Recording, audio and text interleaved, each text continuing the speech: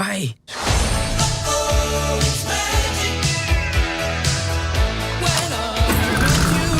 We're going on a grand and glorious quest! It's not a quest, it's just a really fast and strange errand. It's totally a quest.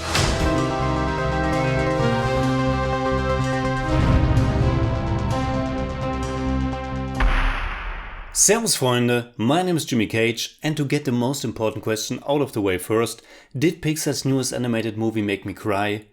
Yes it did. Yes it did. Onward, directed by Dan Scanlon, is Pixar's 22nd film, and even 25 years after the original Toy Story, they still succeed in creating these wonderfully told, emotional and fun stories. And while they have been increasing the amount of sequels in the last years, they keep coming up with original ideas as well. Apart from their sequels being pretty fantastic themselves. And right from the first teaser, their newest creation Onward looked pretty promising.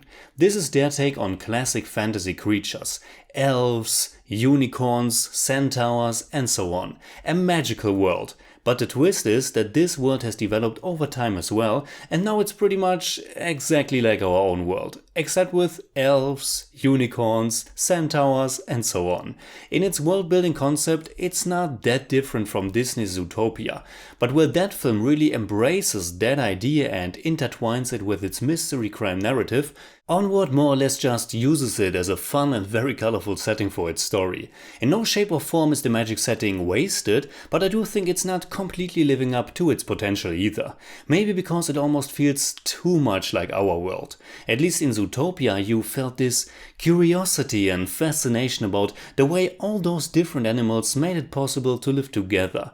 In Onward it's often just used for some nice humor, but not thought out that deeply. Little fairies are just riding a regular sized motorcycle together, a centaur is just driving a regular cop car, unicorns are just that world's version of street dogs or raccoons, but I guess the scope of both stories is also a bit different.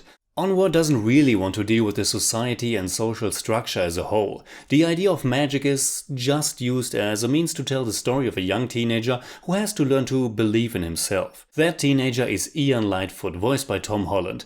The blue elf version of Alfredo Linguini from Ratatouille when it comes to his design. He has just turned 16 when his mother Laurel, voiced by Julia Louis-Dreyfus, is giving him a very special gift from his father, who has passed away before Ian was even born. That gift is an old magic wand and a spell of visitation, which should make his father come back for just one day. But it's not working as it is supposed to work, and all that's coming back is the lower half. It's up to Ian and his older brother Barley, voiced by Chris Pratt, to go on a quest to bring back the rest of their father. The heart and soul of Onward is the relationship between these two brothers. One introvert, shy and very insecure, and the other extrovert, loud and pretty confident. To see, or rather hear, Chris Pratt as this super lively, magic-obsessed oddball brother is a real delight. The character was clearly influenced by Dungeons and Dragons and metal-loving culture. We completely understand that Ian is feeling embarrassed by him and his loud persona, but we can't help but love both of these brothers. Barley and his unapologetic nature about the things he loves, his good heart, and the fact that he never wants anything bad for his little brother. Even though he is the one obsessed about magic, when it's Ian who turns out to be able to wield it, he isn't envious for a second but just happy for his brother. And we really do care about Ian as well and his attempts to become a more confident person, his lists making, his insecurities. Onward has this big heart, and I really like that there is no villain either. Ian and Barley go on a quest and there are a lot of obstacles to overcome, but there is no bad guy trying to thwart their plans. The ticking clock element of the visitation spell that only lasts for 24 hours and the emotional core of the film are enough to carry it. I think it does take a little bit of time until it really kicks into gear, because despite this magical world, everything is really quite familiar and the themes and their presentation not too fresh either. But as their journey continues, the movie gets better and better, and the finale has all the emotions you're looking for in a Pixar film. This is definitely not the funniest nor the cleverest of their movies, but the emotions are definitely there and everything comes together quite beautiful in the end. And maybe it's quite wonderful that this story, set in this fantasy setting, is really just focusing on two young brothers and their relationship with their father, and more importantly, their relationship with each other. It's not about big magic spells and fighting creatures, although that's also in there, but about the magic within.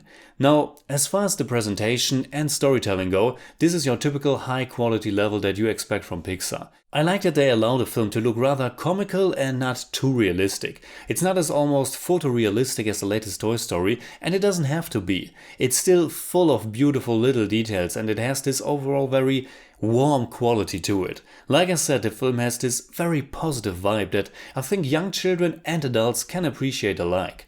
The way the story unfolds is very organic and every important plot point and emotional beat is planted and well executed. The different stages of their quest are nice little set pieces and each one has more to offer than just some action or just some comedy, because each one marks an important development for our characters as well. To make their father just this half person seems like a strange choice at first, but this way they are able to pull off some Weekend at Bernie's-like comedy beats, give us a little dose of emotions, but don't put too much weight on it and let the two brothers always stay the focus of the story.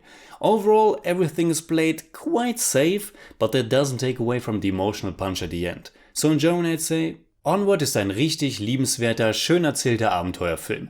Die Fantasie-Welt fungiert eher als farbenfroher Hintergrund für eine im Herzen sehr ehrliche und bewegende kleine Geschichte über zwei gegensätzliche Brüder und ihren verlorenen Vater. I give Onward 8 out of 10. It's more like 7.9, but I don't do that. Get out of here! Shoot, get up!